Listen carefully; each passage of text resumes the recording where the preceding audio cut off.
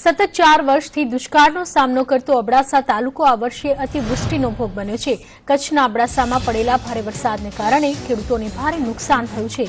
અબડાસામાં 24 કલાકમાં પડેલા 13 ઇંચ જેટલા વરસાદને કારણે ખેતરોમાં પાણી ભરાઈ જતા ખેડૂતોને ભારે નુકસાની સહન કરવાનો વારો આવ્યો છે, જેમાં મુખ્યત્વે કપાસ, તલ, મગ, જુવાર, એરંડા, મગફળી તથા અન્ય પાકો છે, જેને લઈ ખેડૂતોને કરોડોનું નુકસાન થયું છે।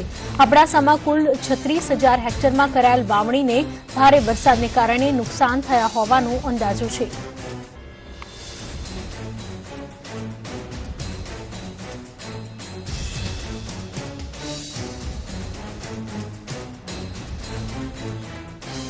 તો 24 કલાકમાં 13 ઇંચ જેટલો વરસાદ વરસ્યો। અબડાસાને જે અત્યારે સ્થિતિ જોવા મળી રહી છે, અહીં વસતા ખેડૂતોએ વાવણી તો કરી લીધી, પરંતુ ભારે વરસાદને કારણે તેમનો પાક નિષ્ફળ જવાની ભીતિ છે અને ખેડૂતોને મોટું નુકસાન સહન કરવાનો અત્યારે વારો આવ્યો છે। અબડાસા તાલુકામાં મેઘરાજાનો જે રીતે અત્યારે કહેર જોવા મળી રહ્યો છે, સર્વત્ર જળબંબાકારની પરિસ્થિતિના દ્રશ્યો આપ અત્યારે જોઈ શકો છો। લોકોના ઘરોમાં જ નહીં, ખેતરોમાં પણ પાણી ઘૂસી ગયા છે।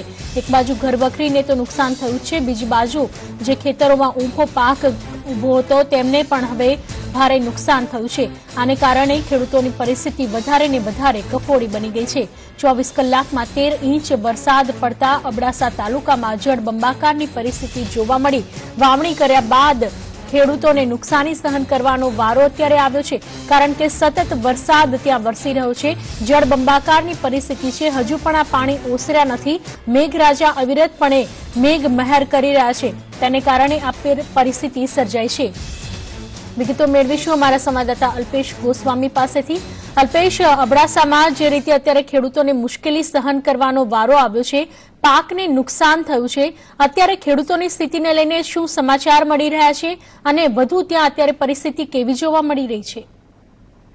ચોક્કસથી પૃથ્વી, ખાસ કરીને કચ્છમાં સૌથી વધારે અબડાસામાં વરસાદ નોંધાયો છે। જે રીતે 24 કલાકમાં 13 ઇંચ જેટલો વરસાદ પડ્યો છે, તેને સૌથી વધારે ખેતીના પાકનું ધોવાણ થઈ ચૂક્યું છે।